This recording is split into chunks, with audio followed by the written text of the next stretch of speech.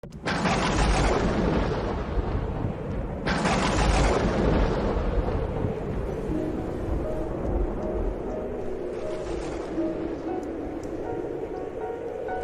ce temps-là, Jésus ressuscité dit aux 11 apôtres, « Allez dans le monde entier proclamer l'Évangile à toute la création.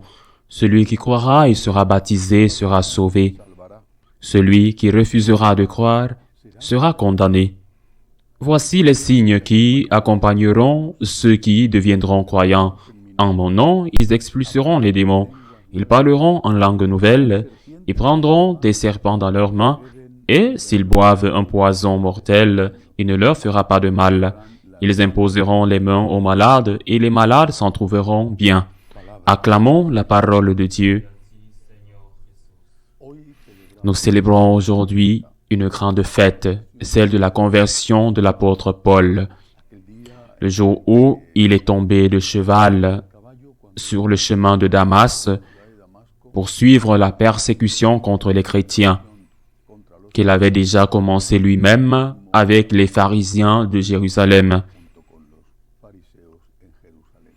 Il se distinguait par sa fougue, son fanatisme, mais une fougue et un fanatisme qui le conduisaient à faire le mal, parce qu'il ne respectait même pas le fait que d'autres personnes puissent croire, penser différemment de lui.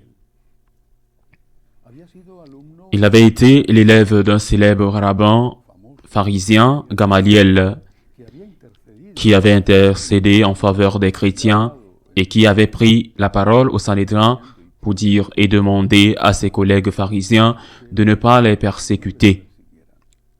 Et pourtant, bien qu'il ait été l'élève du juste et sage Gamaliel, il s'était enrôlé dans la persécution la plus cruelle. Pour lui, il n'y avait aucun problème à verser le sang, et qui plus est, au moyen de la torture. Qu'est-ce qui a fait changer ce cruel persécuteur?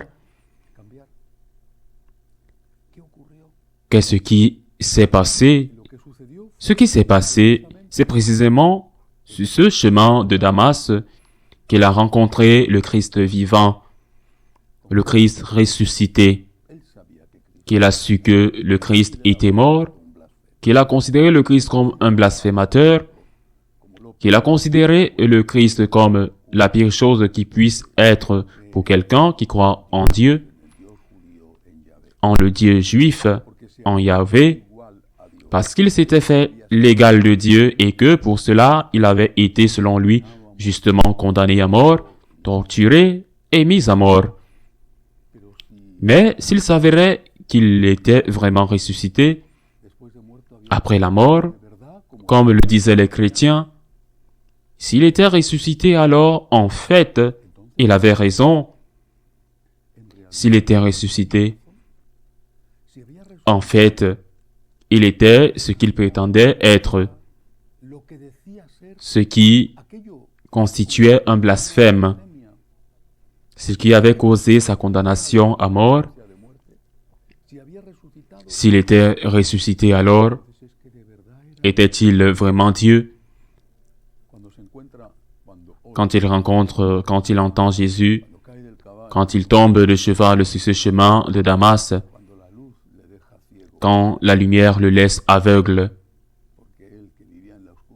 la lumière, parce que lui qui vivait dans les ténèbres a dû se rendre compte qu'il était dans les ténèbres pour pouvoir voir à nouveau. C'est alors qu'il est convaincu que si le Christ est vivant, alors tout est vrai. Tout ce que disent les chrétiens est vrai. Qu'il s'est trompé, que son zèle, sa terrible cruauté, parce qu'il ne se gênait pas pour tuer des hommes, des femmes, des enfants, que tout cela était contre Dieu, honteux, réalisant le péché, la faute grave qu'il commettait. Même s'il pensait rendre gloire à Dieu avec cela, honteux, il s'engage sur un chemin de conversion qui le conduira après un temps de purification dans le désert d'Arabie, le conduira à se convertir, c'est-à-dire à passer de persécuteur à transfuge, de persécuteur à transfuge, de persécuteur à diffuseur de la foi, de grand ennemi à grand apôtre, de parcourir sans craindre la fatigue des kilomètres et des kilomètres à cheval pour tuer quelqu'un, à parcourir beaucoup plus de kilomètres par terre, par bateau, pour pouvoir répandre la vérité du Christ, la vérité qui est le Christ.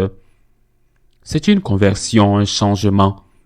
Et cette conversion a lieu parce qu'il a rencontré le Christ et le Christ vivant, le Christ ressuscité, le Christ qui lui parle sur le chemin de Damas, qui lui dit « C'est moi que tu persécutes ».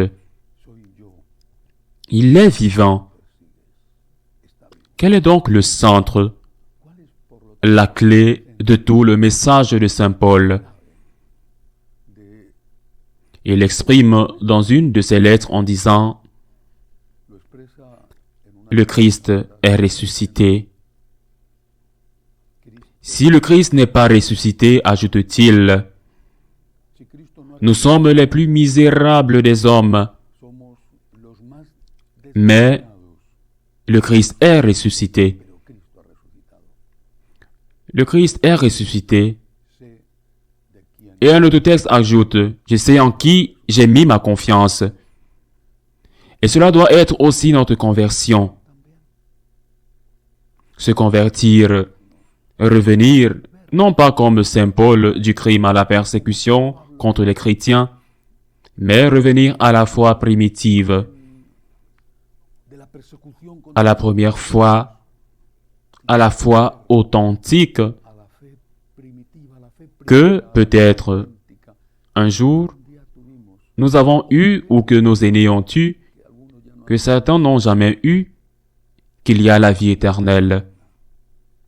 Et nous savons qu'il y a la vie éternelle parce que le Christ est ressuscité, parce qu'ils l'ont touché, parce qu'ils l'ont vu et parce qu'ils ont payé le prix du sang de leur propre martyr pour dire « Nous avons vu le Seigneur, il est ressuscité ».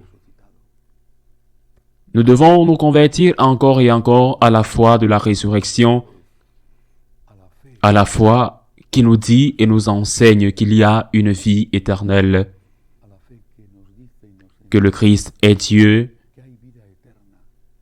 qu'il a ouvert les portes du ciel et que nous entrerons au ciel où il nous attend si nous mourons dans la grâce de Dieu, si nous vivons dans la grâce de Dieu, si nous mourons avec lui, nous ressusciterons avec lui.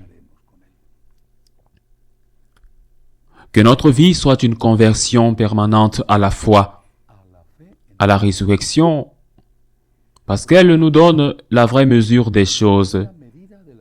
Est-il si important d'avoir de l'argent? Oui, comme le dit aussi Saint Paul.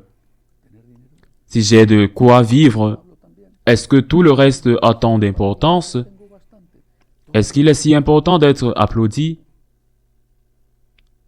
À quoi cela sert-il à un homme de gagner l'univers s'il vient à perdre son âme? À quoi cela sert-il à un homme qui meurt si dans sa ville on lui dédie une place ou une rue? À quoi cela sert-il si on lui construit une statue, un monument? À quoi sert-il si son nom est inscrit dans les livres d'histoire? À quoi cela sert-il s'il a été un écrivain célèbre, si ses œuvres sont dans toutes les bibliothèques, traduites dans de nombreuses langues? À quoi cela lui sert-il? Cela ne lui sert à rien, rien, car il devra rendre compte devant Dieu de ce qu'il est. C'est sur cela qu'il faut méditer. C'est à cette foi qu'il faut se convertir. C'est ce de chercher les gloires du monde chercher la gloire de Dieu, mettre notre plus grand désir dans notre rencontre quotidienne avec Dieu, ici sur terre, dans l'Eucharistie, dans la prière, et faire tout ce que nous pouvons pour qu'à l'heure de notre mort, nous soyons avec le Christ, avec Dieu, avec le Dieu en qui nous croyons et que nous aimons pour toujours au ciel. Ainsi soit-il.